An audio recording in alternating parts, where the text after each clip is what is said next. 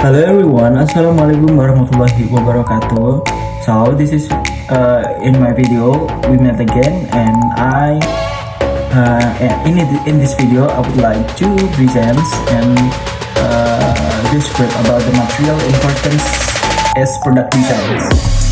So before that I would like to introduce myself. My name is Erwin Danis Setiawan. I'm class 23G, MNG 23D with NPM 2341110M7.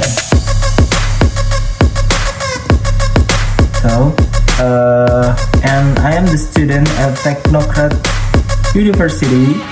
Definitions of process design. Nah, desain proses adalah proses perencanaan dan penyusunan untuk urutan kegiatan yang diperlukan untuk menghasilkan produk ataupun layanan.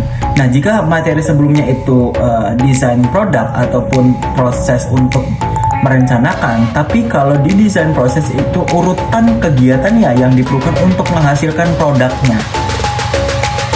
Kemudian fokusnya adalah bagaimana input itu diubah menjadi output secara efisien dan juga efektif.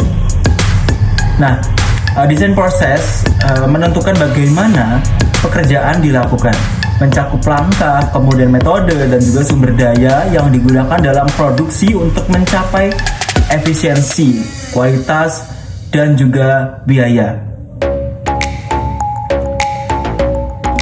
Kemudian ada tujuan dari desain proses. Nah, tujuan dari desain proses sendiri ada 4. Yang pertama ada meningkatkan efisiensi dan juga produktivitas, kemudian menjamin kualitas produk dan juga layanan yang konsisten, kemudian mengurangi biaya dan pemborosan produksi, dan yang terakhir itu meningkatkan fleksibilitas terhadap perubahan pasar. Nah, tujuan utama dari proses adalah desain proses adalah menciptakan sistem kerja yang efisien dan juga mampu memenuhi kebutuhan pelanggan dengan biaya serendah mungkin. Kemudian selanjutnya ada jenis-jenis dari desain proses. Nah, yang pertama itu ada job productions atau produksi pesanan. Produk dibuat satu persatu sesuai pesanan. Kemudian yang kedua itu batch production, di mana produk yang dibuat itu dalam kelompok atau satu batch. Yang ketiga itu ada produksi massal atau mass productions, di mana produksi besar-besaran untuk produk standar. Dan yang terakhir itu adalah continuous productions, di mana proses produksi tanpa henti.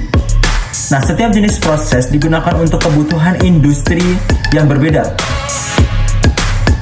Kebutuhan industri yang berbeda, seperti produksi pesanan untuk furniture khusus, produksi massal untuk mobil, dan produksi kontinu untuk minyak atau kimia. Kemudian selanjutnya adalah faktor yang mempengaruhi desain proses. Nah, ada beberapa faktor yang mempengaruhi desain proses. Yang pertama adalah jenis dan kompleksitas produk. Kemudian teknologi dan mesin yang digunakan, keterampilan tenaga kerja, standar kualitas, dan juga biaya waktu dan produksi. Nah, desain proses yang baik harus mempertimbangkan faktor teknis dan juga manusia agar sistem berjalan secara efisien dan juga berkelanjutan. Kemudian ada step by step tentang desain proses. Dan lanjut ke manfaat dari desain proses yang efektif. Nah, di sini ada 1, 2, 3, 4, 5 manfaat desain proses yang efektif. Yang pertama, produktivitas dan efisiensi itu lebih tinggi. Kemudian kualitas produk meningkat, biaya produksi lebih rendah, waktu pengiriman lebih cepat, kepuasan pelanggan dan juga meningkat. Ini biasanya tergantung dari bagaimana perusahaan itu menggunakan jenis-jenis proses produksinya tadi. Nah, kemudian yang terakhir itu adalah kesimpulannya. Nah, desain proses merupakan bagian yang penting dari manajemen operasi yang menentukan seberapa efisien suatu perusahaan menghasilkan barang atau jasa. Nah, desain proses yang baik membantu operasi atau organisasi mencapai kinerja optimal. mengurangi pemborosan, dan memberikan nilai lebih kepada pelanggan. Process design is a crucial component of operations management that determines how efficiently a company produces goods or service.